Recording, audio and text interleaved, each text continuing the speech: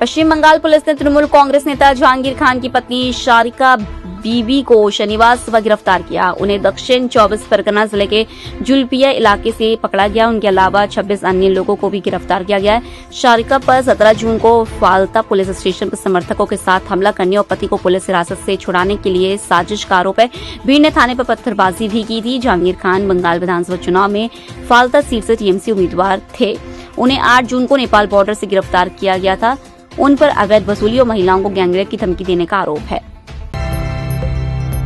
NEET UG 2026 री exam से पहले नेशनल टेस्टिंग एजेंसी शनिवार को देश भर में मॉक ड्रिल कर रहा है।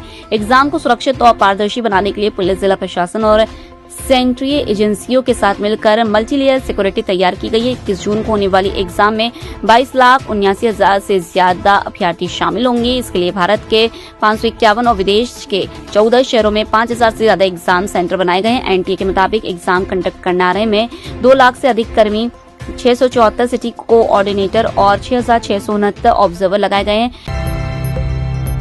मानसून धीरे धीरे आगे बढ़ सकता है। मौसम विभाग के मुताबिक 23 जून तक इसके छत्तीसगढ़ पहुंचने की संभावना है।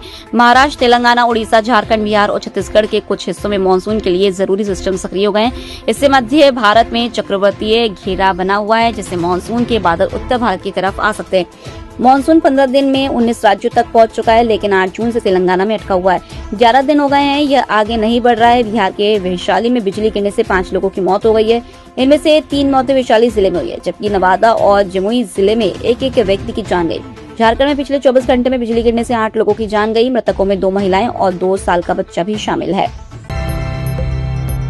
ईरान ने कहा है कि लेबनान समेत सभी मोर्चों पर जंग खत्म कराने की जिम्मेदारी अमेरिका की है। अगर समझौते का उल्लंघन होता है तो इसके लिए वॉशिंगटन को जिम्मेदार माना जाएगा। सरकारी न्यूज एजेंसी IRNA के मुताबिक यह बयान ईरान के विदेश मंत्री अब्बास अराक्ची ने शुक्रवार को पाकिस्तानी विदेश मंत्री इशाक डार से फोन पर बातचीत में दिया। इधर इजराइल और हिजबुल्लाह के बीच युद्ध विराम लागू होने की खबरों के कुछ घंटे बाद हिजबुल्लाह प्रमुख नईम कासिम ने कहा कि संगठन इजरायली कब्जे को कभी स्वीकार नहीं करेगा।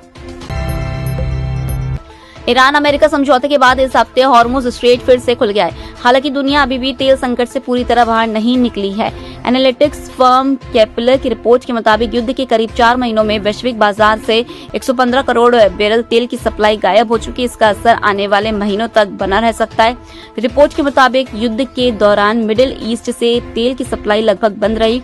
इस वजह से दुनिया के स्ट्रेटेजिक और कमर्शियल ऑयल रिजर्व तेजी से घटे हैं। पिछले कुछ महीनों में 19 करोड़ बैरल तेल स्टॉक से निकल चुका है। इंटरनेशनल एनर्जी एजेंसी के स्ट्रेटेजिक रिजर्व 1990 के बाद सबसे निचले स्तर पर पहुंच गए हैं। वहीं अमेरिका का इमरजेंसी रिजर्व 43 साल के निचले स्तर पर है। अमेरिकी राष्ट्रपति डोनाल्ड ट्रंप ने बुधवार को वर्साई में G7 बैठक के दौरान कहा कि अगर जंग खत्म नहीं करते तो हमारे रिजर्व करीब 4 हफ्तों में खत्म हो जाते हैं।